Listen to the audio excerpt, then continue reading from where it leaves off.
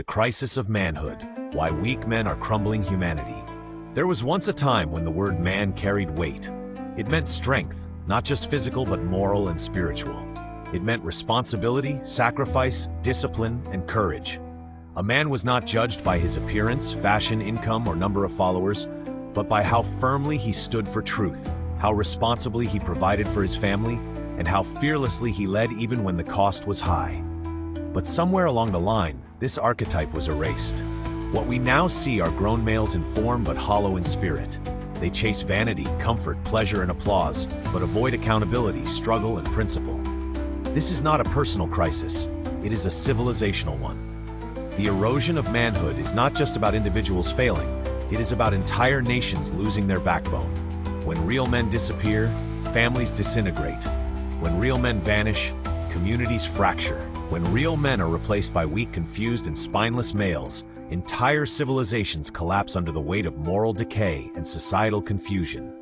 The epidemic of broken homes, fatherless children, rising depression, gender confusion, and societal instability is not random. It is the logical consequence of the death of true manhood. The weak man of modernity is not a natural outcome, he is manufactured. Modernity by design breeds weak men by removing all the conditions that once forged strength. First, it offers comfort without responsibility. Men are bombarded with entertainment, junk food, and easy gratification. The body is softened, the mind is dulled, and the soul is starved. Struggle, which once shaped character and forged leaders, is now seen as toxic. Second, emotion is elevated above discipline. While emotions have value, they must be led by reason, faith, and principle. But today's man is told to express every feeling, indulge every desire, and demand validation for every mood. Instead of cultivating emotional resilience, modern men have become slaves to their feelings, crumbling under the smallest pressure and expecting the world to adapt to their sensitivities. Third, the culture has elevated victimhood as a badge of identity. Men are conditioned to blame everyone but themselves, their parents, society, the economy, women, their past. Accountability, once the cornerstone of manhood, is now mocked. Fourth, moral relativism has blurred the lines of right and wrong. Modern men no longer live by principles but by popularity. Truth is replaced by trends, and convictions are replaced by convenience. They don't stand for anything because they fear losing social approval. Fifth, and most dangerous, is the rejection of God and hierarchy.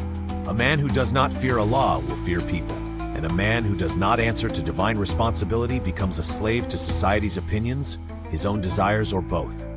In the name of progress, modernity has produced males who are spiritually empty, mentally weak, emotionally erratic, and morally aimless. There's an ancient truth often echoed throughout history. Hard times create strong men create good times create weak men, and weak men create hard times.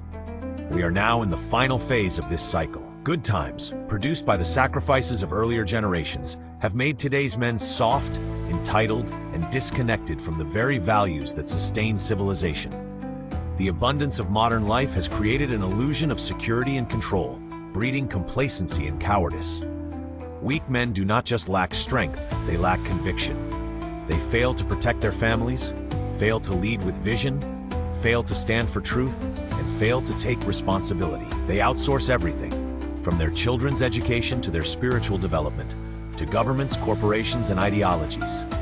In doing so, they relinquish their God-given role as leaders, guardians, and moral anchors.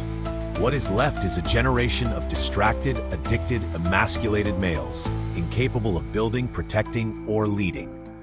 The consequences are evident in every corner of modern life, from the collapse of the family to the rise of tyrannical systems that thrive on passive populations. A key weapon in the war on manhood is the systematic feminization of men. Masculine traits, like assertiveness, leadership, and stoicism, are now labeled as toxic. Boys are taught from a young age to suppress their nature, to be more agreeable, emotional, and soft. This is not to say that emotions are bad, but when men are stripped of the traits that make them protectors and providers, they become dysfunctional. In today's culture, men are ridiculed for being masculine, yet still expected to step up in times of crisis.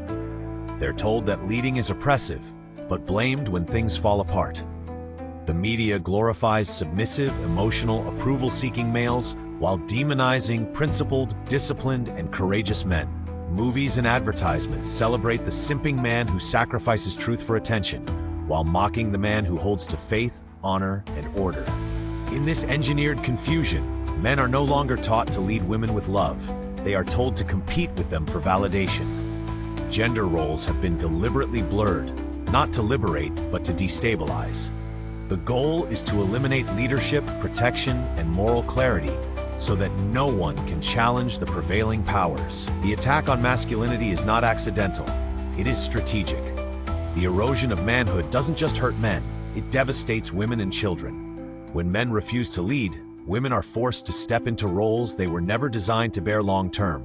They become providers, protectors, decision-makers, roles meant to be shared with masculine presence. This shift creates overworked, emotionally depleted women who carry the burden of both genders. Internally, many of these women resent men, but have no choice. They must adopt masculine energy to survive, while longing for the safety and leadership only a real man can provide. Meanwhile, children grow up fatherless, not just physically, but emotionally and spiritually. Even when a father is present, if he is passive, addicted, lost, or weak, he might as well not be there. Sons grow up confused, either adopting the weak model they see or rebelling in destructive ways. Daughters grow up emotionally insecure, craving validation in dangerous places.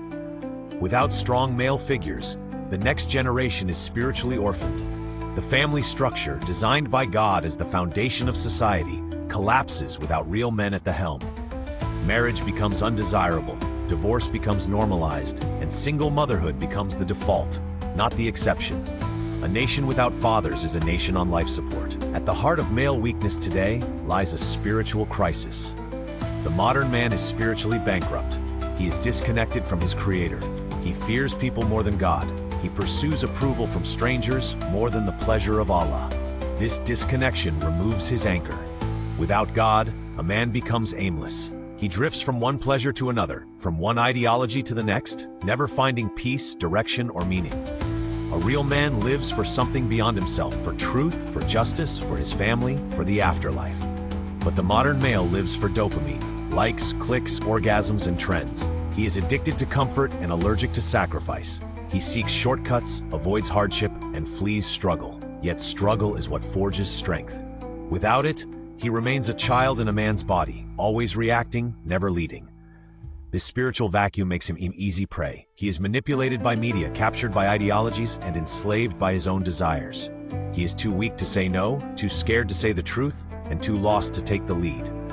The decay of manhood has massive political and economic consequences. Weak men do not just ruin homes, they ruin nations. They vote based on comfort, not conviction. They sell their principles for policies that promise ease but destroy morality. They tolerate oppression because courage has been bred out of them.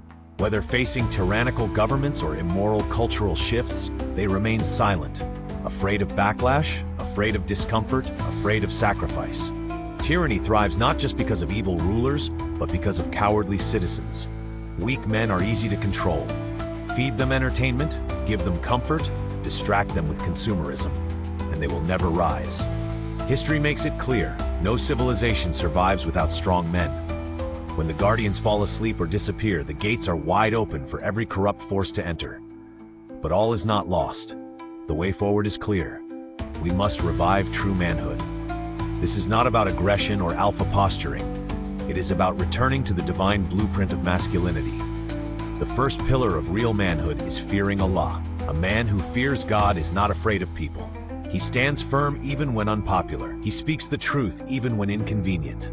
This fear gives him strength. Next is responsibility. A real man does not blame others. He takes ownership. His wife, his children, his faith, his community. These are his amanah, trusts. Weak men avoid responsibility. Strong men embrace it. Discipline is another hallmark. From lowering the gaze to guarding his time and managing his emotions, a real man is in control of himself. He does not live to please his desires. He commands them. A man must also serve before he leads. Leadership is not dominance, it is service. Protecting, providing, guiding with wisdom and mercy, that is manhood. And strength must be holistic. It's not just about muscles. It's about mental clarity, emotional balance, spiritual depth, and physical vitality. A complete man trains his body, sharpens his intellect, guards his emotions, and anchors his soul in God. The crisis of manhood is not just a crisis of males, it is the crisis of humanity. Without real men, families fall, women suffer, children are lost, and nations decay. But this crisis is also an opportunity. The world is starving for strong men. Men who lead with love, stand with truth, fear Allah, and carry responsibility with honor. Today, being a real man is no longer normal. It is revolutionary. And revolutions don't start with governments or masses. They begin with individuals. Men who choose to rise, men who refuse to be weak, men who reclaim what was lost. Humanity's survival depends on the revival of true men.